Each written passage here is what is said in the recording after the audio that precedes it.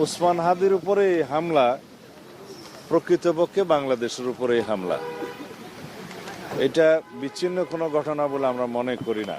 গতকালকের এই মর্মান্তিক ঘটনার কারণে আজকে মাননীয় প্রধান উপদেষ্টা আমাদেরকে আহ্বান করেছিলেন।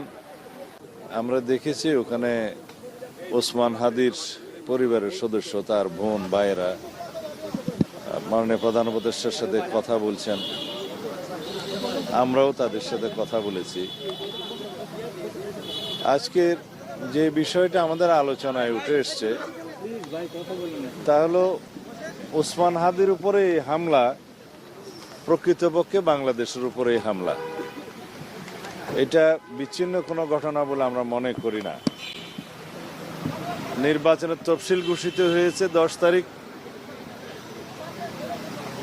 তারপরের দিনেই বাংলাদেশে একজন সম্ভাব্য জাতীয় সংসদ সদস্য হিসেবে পদপ্রার্থীর উপরে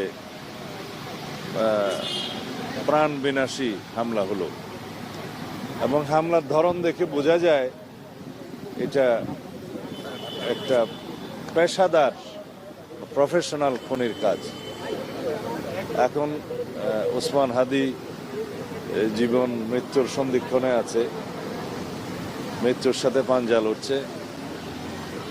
রব্বুল আলামিনের কাছে আমরা প্রার্থনা করি যেন তিনি তাকে জীবিত রাখেন, বাঁচিয়ে রাখেন, সুস্থতা দেন।